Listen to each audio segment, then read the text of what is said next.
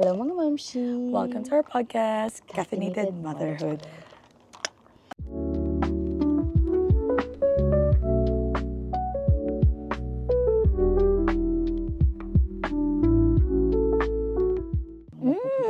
Sarap ano? Hindi siya matamis, besh. Hindi, natikman ko na. Hindi siya matamis. Sabi mo matamis. mukha kasing matamis, sabi ko. Sabi ni Besh, TJ I kulang like, sa banana. with, ano to? Banana. Inano mo lang, minawash. And then? Minash ko, and then I put Sugar? butter, brown sugar, salt, cinnamon. Ano? Nagre-recipe making ako kanina. Sabi ko, Turon. banana ako. Parang turon, Turon siya. na may langka ang ano ko. Yeah. Close, turon latte. Yay! Nagagawa kasi kami ng summer menu. So, tapos, nag-try ako ng coconut. Very fruity. Kaso, mali yung coconut milk ko. Gata yung nakuha ko. So, Dapat milk, besh. yeah, Kasi so, sobrang lagkit. Oo, yeah. Or something. Yeah, you're right. But anyway, Yes, welcome to our podcast. welcome back to our podcast. For today's episode, we are going to talk about marriage and the shift. Wow.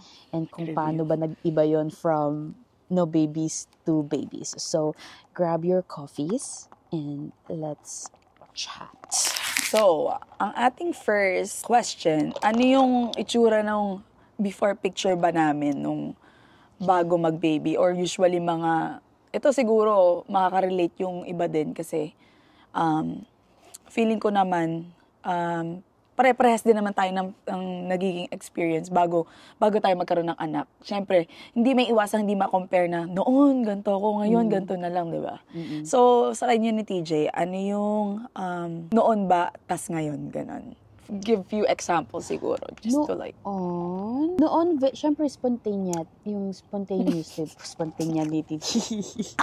Alam mo, bitch, nagtaas yung Banana.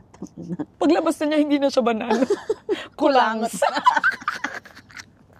Kakainis to. Ano ba Tagalog nun?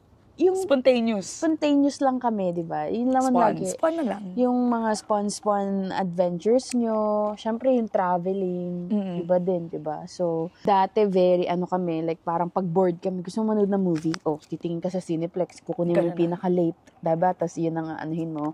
O kaya parang, nagugutom ka ba, labas ng 1 a.m. Yeah, like, Anytime. oras man. Yeah, anytime you want, alis. Or like, kahit with friends, ganyan, parang kung gantong plano, ganyan. So, go lang kami ng go. Very, kami, I think. Chill lang naman kami as a couple. Chill na, Diba? may Chill halo na. ka ding katulad ng sa amin ni friends. Na parang may spawn din kami. Oo, pero for the most part, hindi kami yung parang planado lahat ng ginagawa namin. Parang, Before, yeah. Before. I think Parang that kung the same anong- goes with me. Kung anong Matipuhan lang. Yun ang gagawin. Oo. Siguro yun yung before namin. Kami ganun din, like parang siguro hindi kami natitigil sa bahay. Pag kami tumigil sa bahay, parang sasabihin ng mga parents namin, anong nangyari sa'yo? May sakit ka ba? Oo. Ganon. Then like, pag halimbawa, dun nga, na parang nag-aaya yung mga friends, sige, wala naman tayong ginagawa, go. Kasi parang, anong gagawa sa bahay? Ganon yung namin. At saka dati, hindi naman kami magkasama ni friends sa isang house. So parang laging always looking for something to do, something to eat, explore, ganyan, travel. Tapos parang may mga last minute travel pa nga, kaya pa, carry. Pero Long ngayon, drives. hindi mo magagawa. Long drives na hindi natuloy natin. Oo.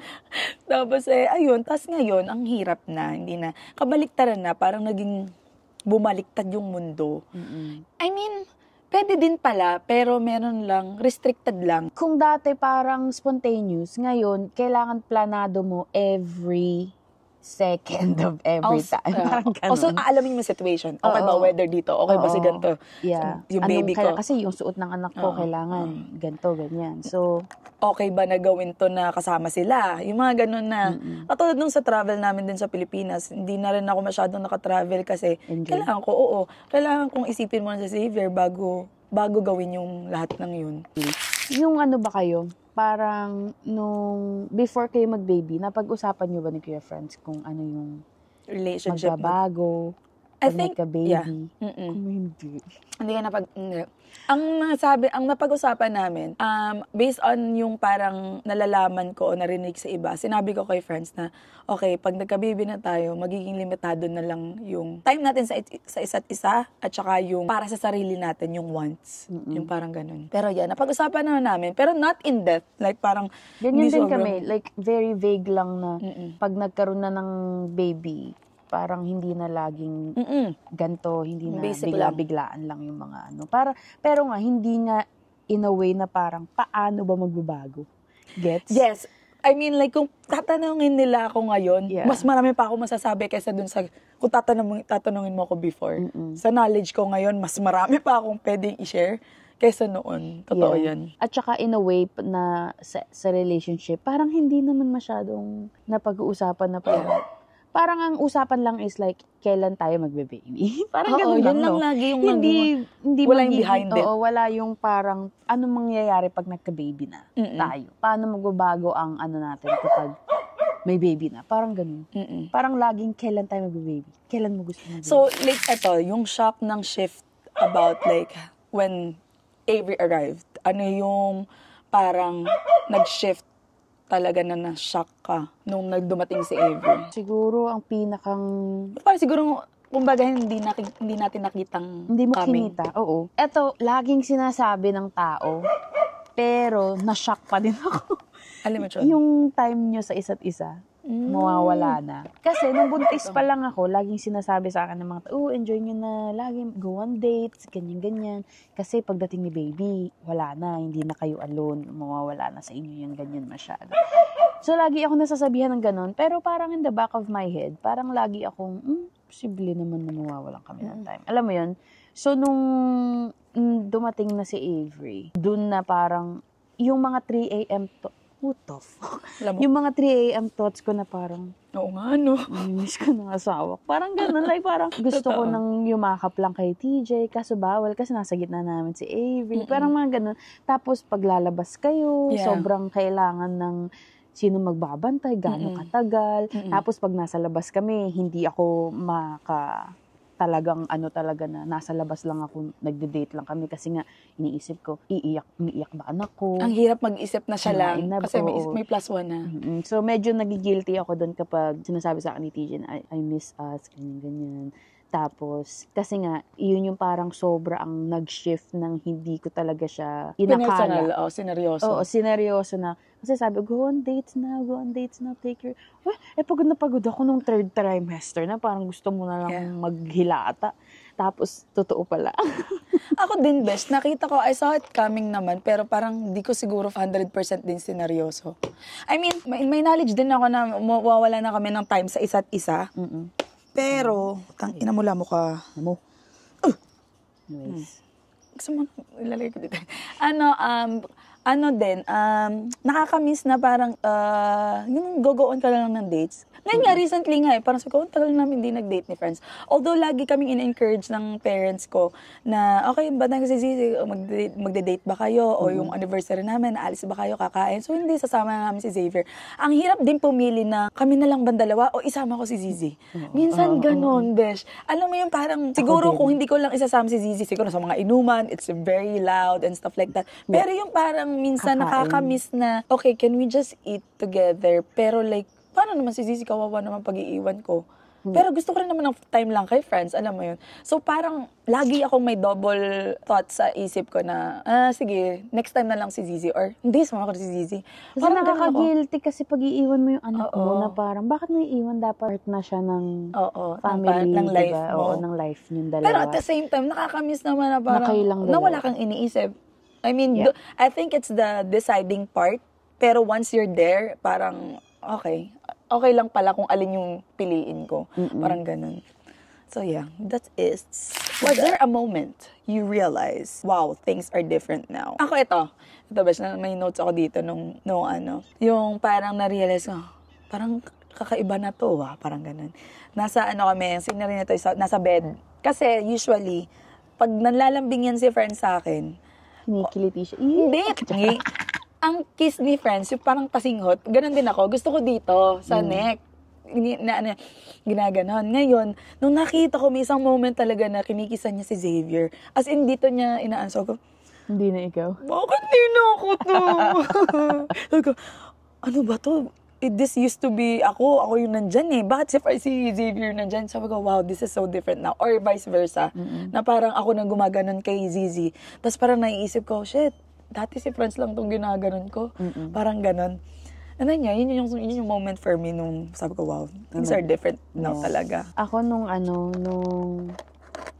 yung pag di ako makatulog, usually pag di ako makatulog, si Tej, pag nagkakadal kami, doon ako nakakatulog. Parang si pagyakap mo na siya. Pero ngayon, kailangan ko nang matuto na... may dadaan, wait lang, parang... Pero ngayon. Anyways, pero ngayon, parang kailangan kong matuto na matulog. Mag-isa. Kasi lagi kayo magkaiwalay, di ba? Nasa gitna kasi si Avery.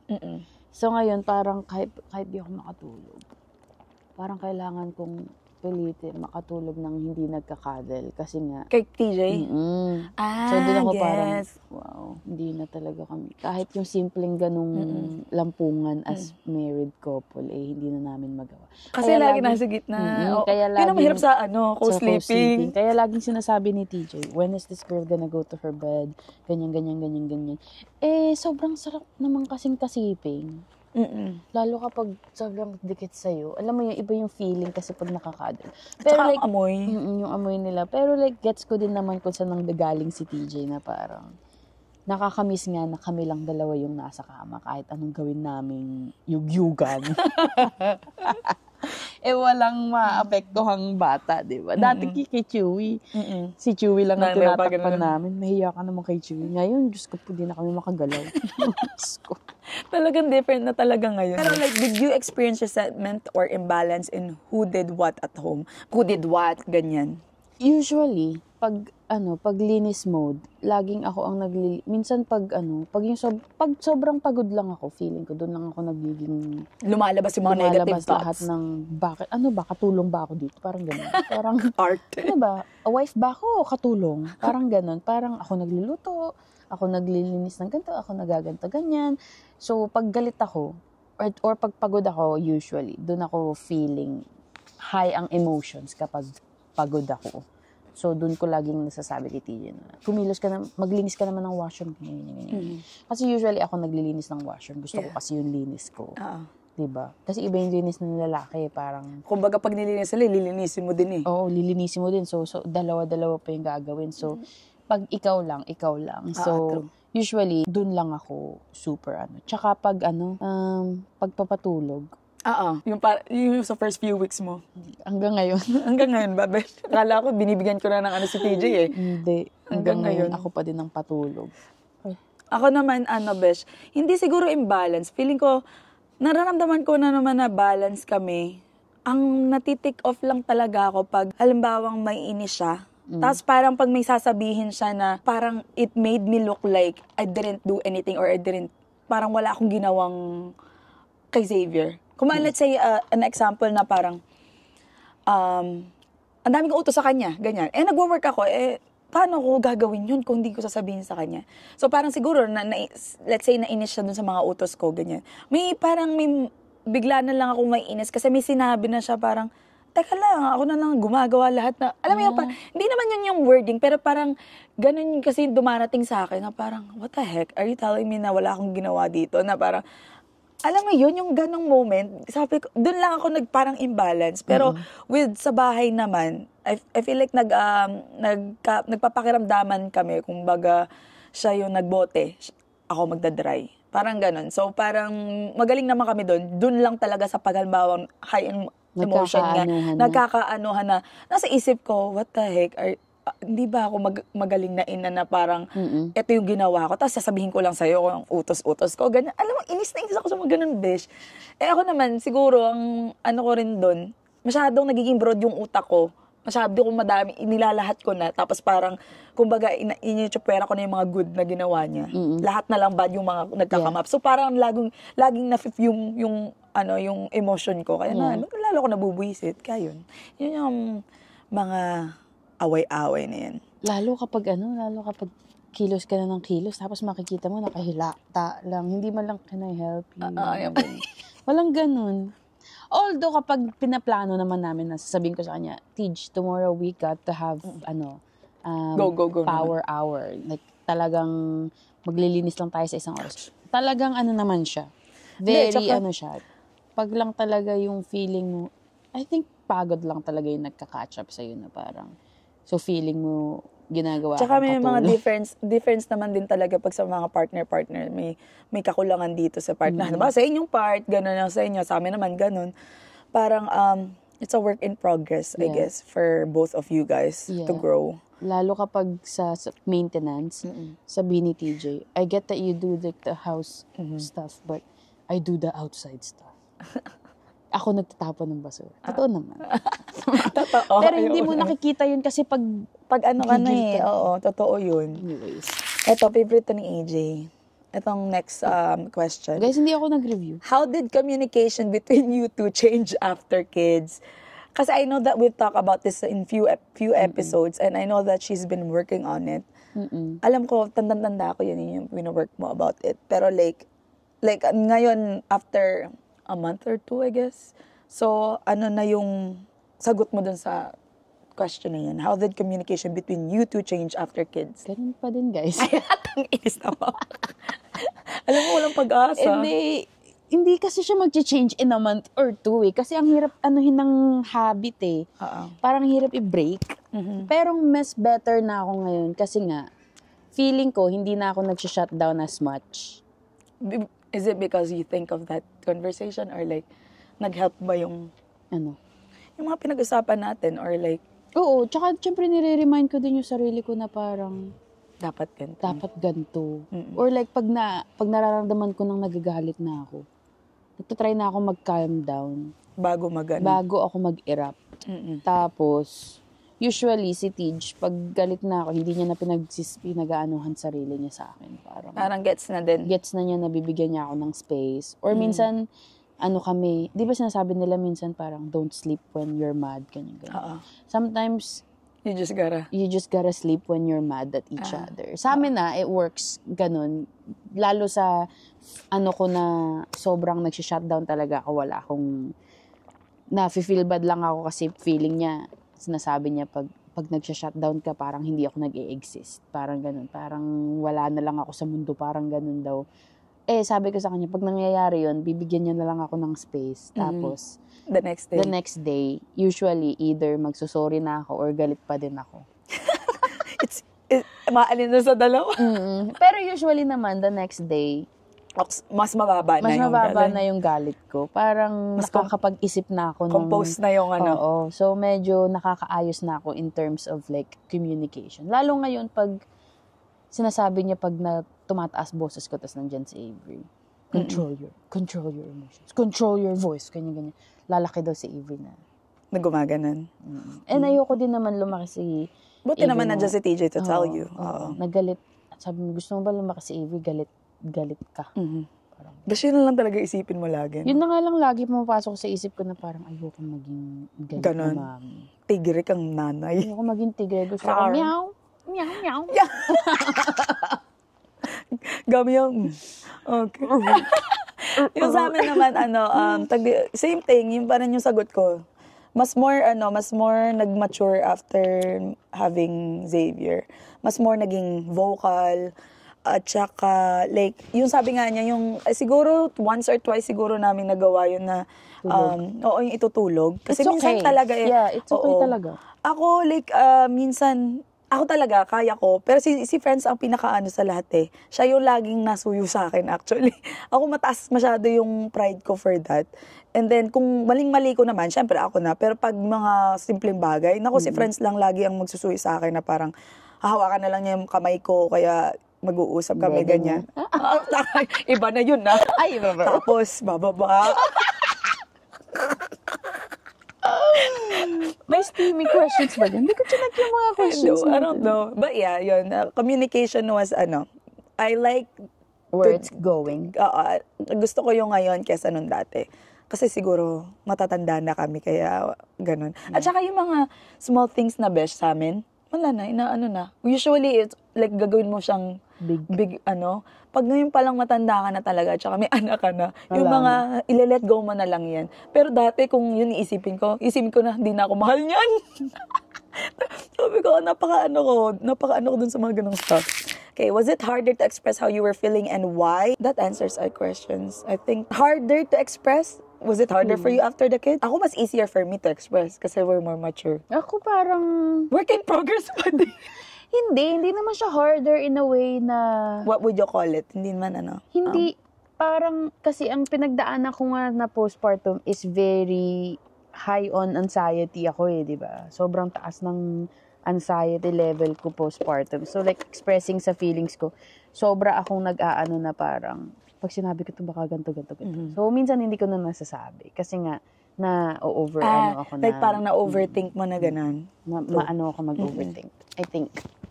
But like, nakita ba ni TJ yung kine-carry mo? Or did you feel like your partner didn't really see?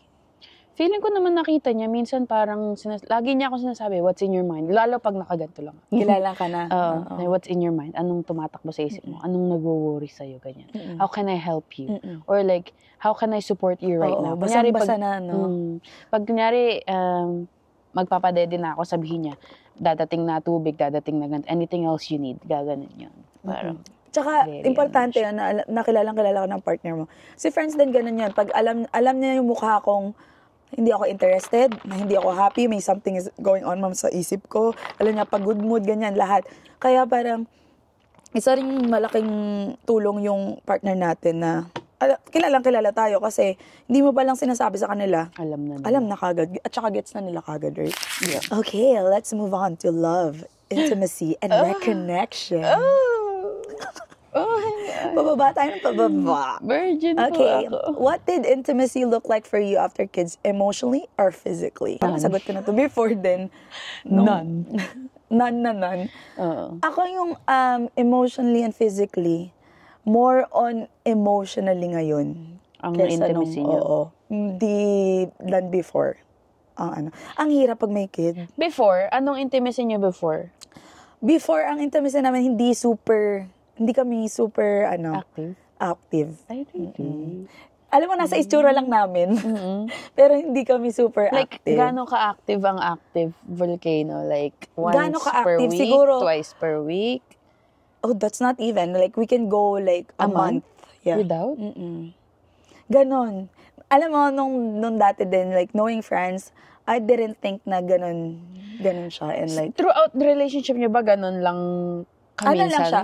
Pag ang intimacy namin, hindi yung parang true, like parang, pag feel na namin sa isa't isa. Hindi yung parang, alam mo yung ako lang, tapos siya hindi. Hindi ako magpipilitan, ganun. Or like, yung parang nagko-connect. Dapat magko-connect. Horny kayo parehas ka na. Hindi ako yung parang, ganun. I think more like ganun ako pag, halimbawa, nakainom. Mga ganyan.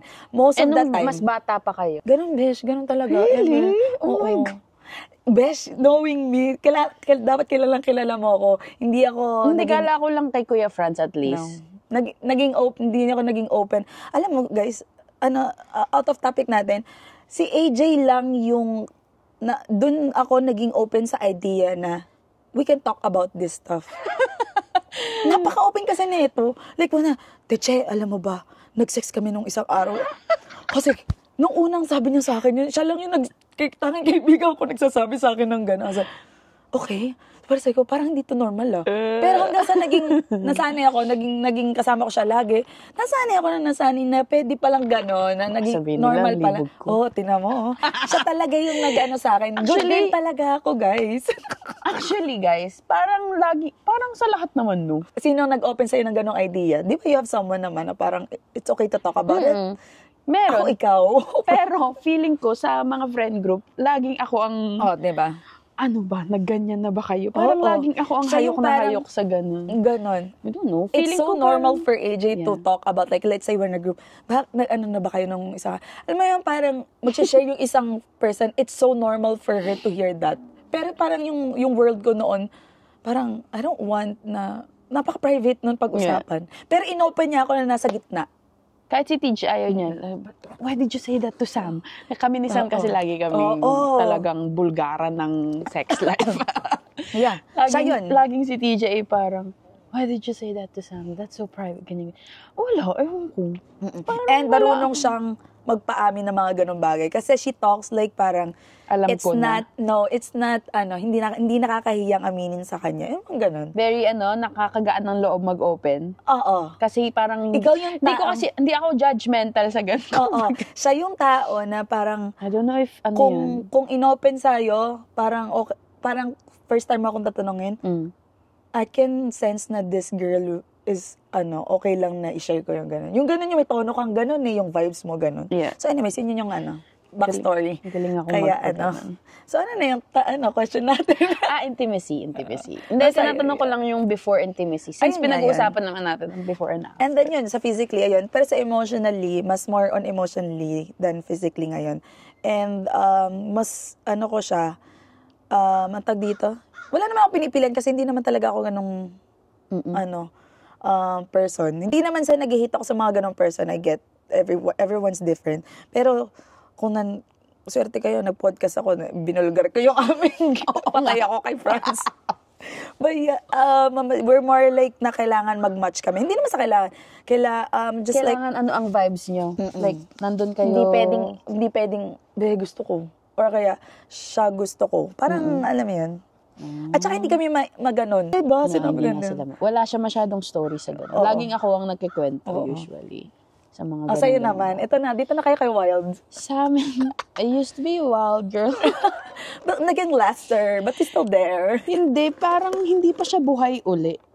Mahirap naman talaga, Besh. Mahirap siyang buhayin. In reality talaga. Sabi nila pag breastfeeding mom ka din talaga, parang may nagsusuppress dun sa libido. Totoo yun. Libido ba tawag din? Kasi, totoo yun. May nagsasabi. Something like that. Nakita ko yun sa research ko Sabi ko, kasi nagtatanong na din ako sa sarili ko, something wrong with me?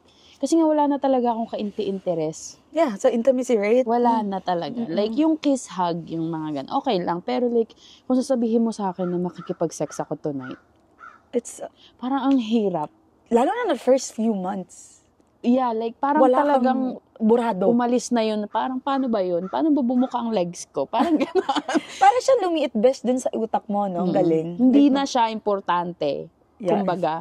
Pero like, syempre, nakikita ko din naman yung importance na dapat ma-meet mo din yun sa partner mo. Pero ngayon kasi sobrang wala. So, pag pinag-compared to before, dati kasi sobrang kami ni TJ talagang yung mga prime era namin. Minsan 2 to 3 times a day kami nun Dati yun Dati yun. Alam mo, hindi ko nga ginawa yun 2 to 3 times a day na yan. Dun sa tayo opposite dash. Breakfast, lunch, dinner. Hindi, kasi parang saya. Kasi pag bata ka talagang kaya pala nagtanong ka sa akin, paano ko nung bata ka? Kasi gusto ko makita kung parang dati ba ganun din kayo na ganun lang talaga. Alam ko na, kung nakilala ko lang to ng early days, siguro na mas nailabas ko ang pagkaano mo. Oo. Siguro kasi with the people I have nung time na yun, wala masyadong talk about it and it's okay to feel normal that way. Kaya parang naging effect ko ngayon. Kasi kung narinig ko yung stories na yan, ay, pwede pala yun, we should try. Diba? Diba? Hindi siguro ako naging curious. Parang bad influence pa. Hindi naman, it's normal naman din. Hindi, pero kasi ako, very talaga ako dati. Very wild and free talaga ako dati. Parang ganun ang aking tema ng buhay. Tapos, naging pales na ng pales. Yeah. Yung first 5 years namin, siguro pinakang active kami. Tapos, the last 5 years, parang once a month, once a week, mga ganun. So, lalo na kami ni friends, 12 years na, ganun. Ganun nga yun, nakita ko rin yun sa namin ng relationship. Para bang pag tumatanda ka na, hindi na nabe-base yung intimacy. Hindi na siya, hindi nagagana na horny ka lang. Oo, ganun nga. Parang minsan pag horny ka, parang kailangan pa ding, I don't know, it's so different. Kasi dati parang go lang kami, parang sex. Pero nung parang lumalalim na yung, hindi parang pag lumalalim na yung relationship nyo, hindi na lang kayo nagsisex. Yeah, totoo. Like parang meron na kayong ginagawang meaningful ba? Yes. Parang nga, yeah. That's the right way to say it. So, were there moments where you felt more like roommates than partners? Oh, yeah. Oo. Nung first month, ganun na ganun. Doon din pumasok si postpartum na, kasad pala tong puta. Parang, mag-aalaga na lang ako, tapos tutulog na lang, ganyan, tapos nandiyan ka lang. Alam mo yun, katabi mo lang. Tapos hilik-hilik lang siya. Oo, totoo yan. Totoo yung ganyan. It's very true. So, ano yung nag-help sa inyo to reconnect again, even in small ways? Siguro yung yung parang pag umaga, mag-good morning sa isa't isa, tas, or hug, usually ganun, pupuntahan ko siya sa office niya, pagka-hug, good morning, ganun. Tapos, ngayon talagang nag-e-effort na siyang mag-set ng appointment sa akin. Yeah, that helps. Para mailagay sa utak ko na, sexy time kami. Kunyari ganun, magsa-sexy time kami today. So, para may look forward to. Tsaka yung ano ba yung mood ko na dadating yun. Kasi pag hindi, pagod mahirap. ako. Parang ganun. Parang totoo. pagod lang ako. Yun. Parang, yun ang aming ngayon right now is like, setting up appointment for sexy time. At saka yung little things na good morning, hugs so sa morning, I love you sa gabi, di ba yung parang. Kasi minsan hindi mo na maano yun eh. May dumaan kami sa part na tutulog na lang siya, tas and then you guys bukas don't ako, talk. tas parang mulat ako gawa ni Avery, parang ganun. So ngayon parang laging And then na-learn on nyo throughout the Mm-mm. Ganun din sa kay friends din naman, pag nadating ako ng bahay, ganun, di mo kinis nung dumating ka. Yung mga ganun. So parang gusto niya yung ganong connection. At ako din naman, na parang pagbati na, okay, hello, I'm back home, ganyan. Tapos yung going on dates actually, ang pinaka gusto ko sa lahat. Yeah. Yung parang, mag-itolokan tayo sushi, ganyan. Yung parang walang iisipin. So yun nga, na parang it helps nga na mag-appointment. Okay, this day we're going on dates, just us two. Yeah. So then, hindi mo nang isipin na okay si Xavier, we need someone to take care of Xavier. So, ayun, pag kayo, mag-reconnect sa partner nyo, that's a good way of doing it para mag-set kayo ng appointment. Kasi shared calendar, right, Besh? Shared calendar. Kasi ngayon, ang dami na nating inaalala talaga. Hindi mo na alam pagsasabayin. Yeah, so laging shared calendar. Laging every 2 weeks mag-date kami.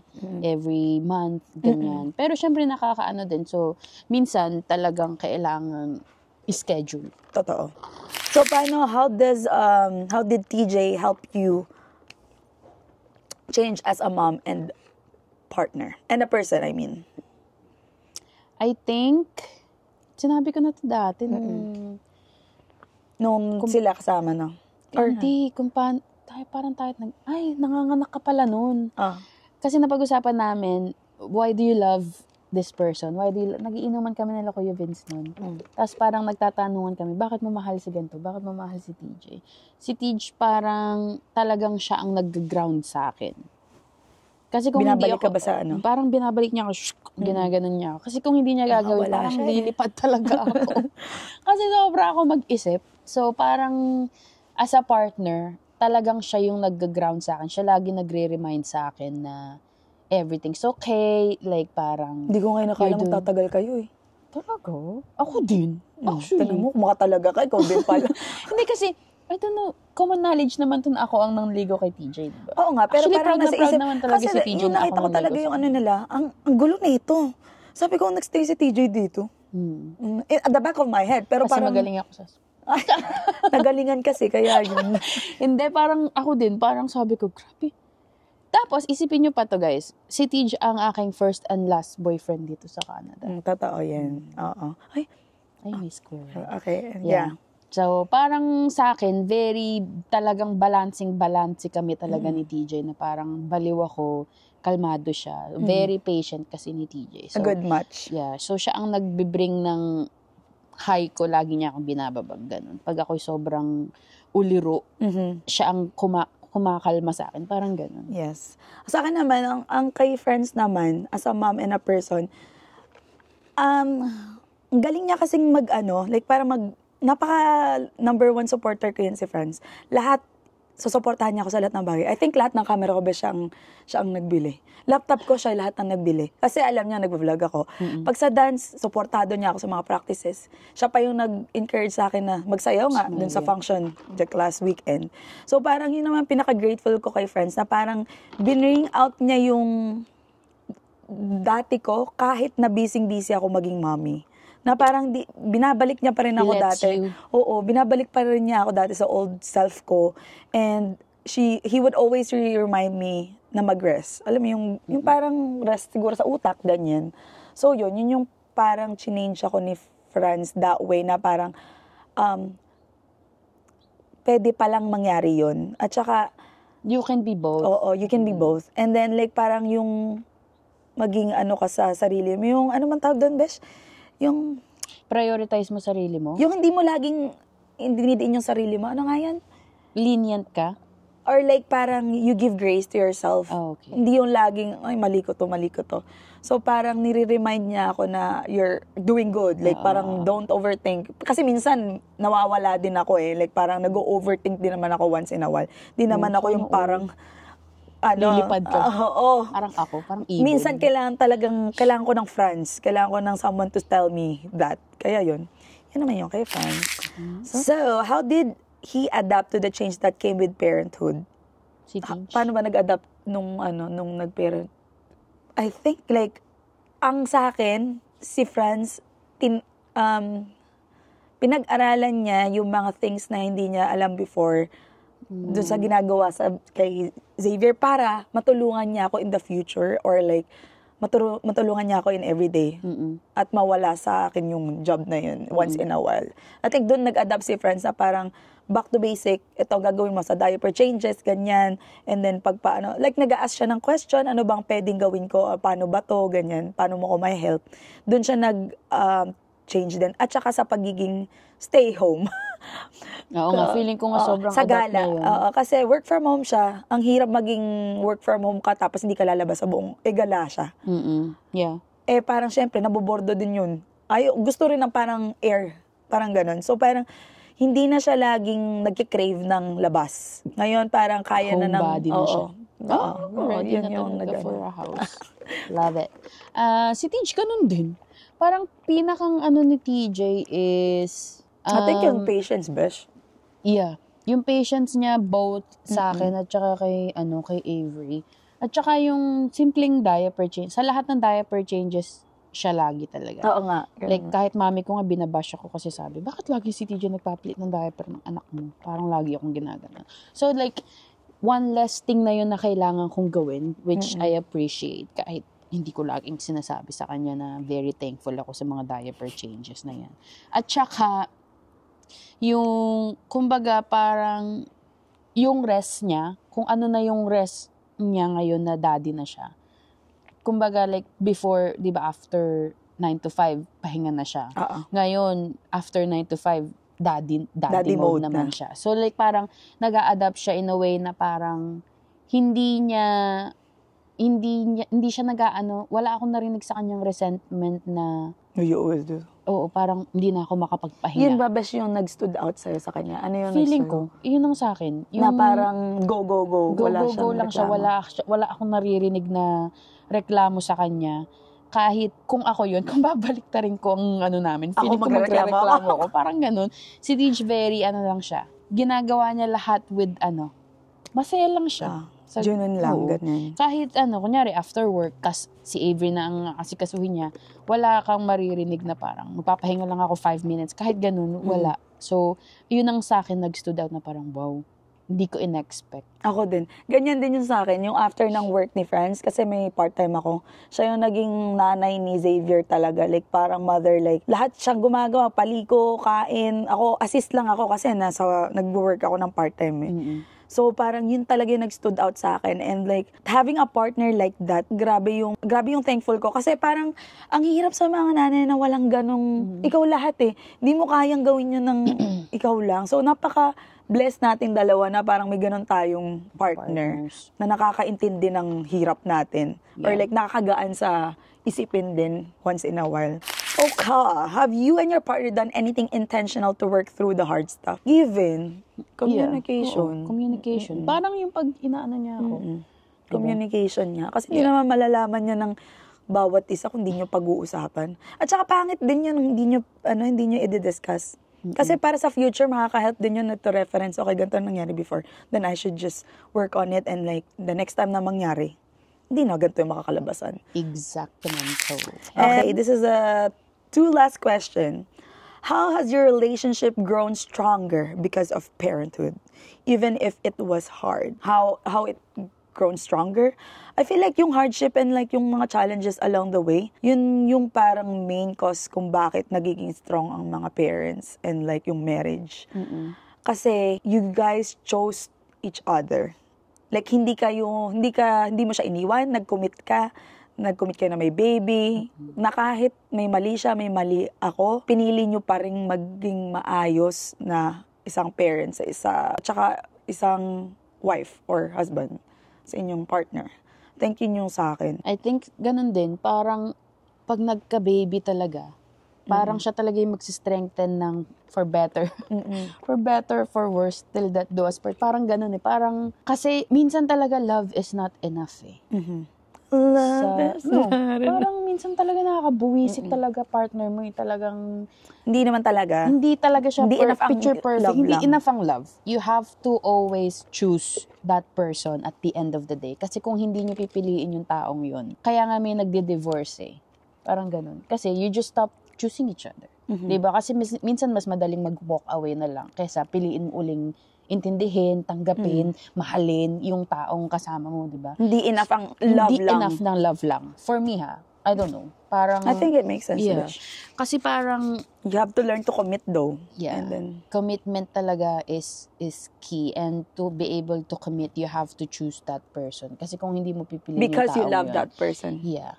Pero like, hindi enough ang love lang. So, nung dumating si baby, parang siya yung literal bond. na, yung kung baga kukunin mo yung love and ilalagay mo as a person, yun na yung love mo eh. Parang pag nakikita mo yung anak nyo, parang siya yung nag-aano na, kailangan kong piliin yung asawa ko kasi ginawa namin tong anong to. Totoo And yun yung nag-aano sa relasyon na namin yun. Although like, syempre, kami pa din is like separate from Avery. Siya na talaga, ngayon kita na namin yung love. So, mas easier to choose each other para manandun ka. Totoo yan. And then like, ano din, may nakita ko, I don't know if you heard about it, yung may nakita akong post or someone told me, even like nung, yung ikakasal kami ni friends, sinabi sa amin nung what do you call that? Yung pre-marriage chuchu? Hindi counseling. At the end of the whatever, yung lagi mo talagang i-choose is your partner. Kasi yung anak natin, sadly, at sa pagtanda, iiwan ka. Yung partner mo, nandyan na yan forever, hindi ka iiwan, ganun. So parang, kung iniisip ko yun, sabi ko, ano ko yun? Pero totoo nga naman na parang, kayo talaga ang mag-team eh. Hindi nanay mo. Oo. Kayo ng asawa mo. Parang And ganun. sabi din nila, Besh, nakita ko rin sa Facebook, na if you raise your son and your son still, like parang, hindi humihiwalay sa'yo and hindi naghahanap ng ibang woman, hindi ka nag-succeed daw in life. Kasi dapat niraise mo daw yung anak mo na, Humanap. oo, na parang, Makita yung yes. kung paano kayong dalawa. Yes. Tapos, ma-inspire siya. ma-inspire siya. Gusto ko rin makakuha ng- maggawa ng home. Na katulad ng ginawa sa akin ng parents ko. I was like, oh my God, that's so true. Yeah. Pero yeah, yun nga. Yun yung isang something to share. Ang sad daw. Ang sad lang isipin. Pero Sad isipin. Minsan nga, ngayon nga, tumatayo na si Avery, parang, what's one piece of advice you'd give to couples na kakaanak lang and like in the thick of it right now? About like, shock about yung shifting ng kanilang relationship and stuff like that. Siguro ang aking advice is, rely on each other more ngayong nasa thick of it kayo. Even though parang yung partner mo yung huling gusto mong makausap about stuff. Kasi minsan hindi talaga magkaintindihan. Or like yung needs mo is hindi nakukuha ng partner mo. Parang ganun. Parang feeling ko, more than ever, ngayon ka dapat sumandal sa jowa or sa asawa mo. Kasi parang walang ibang makakapagbigay sa'yo nung ganong klaseng emotional support. Kundi yung partner. Yung partner mo na gumawa ng baby with you. I don't know, like parang may certain bond lang kayo na parang So para sa akin, ang advice ko is mas lalo nyong panghawakan yung jowa or asawa nyo. Ako naman, yung one piece of advice ko is one word din. Commitment. Commitment and love, actually.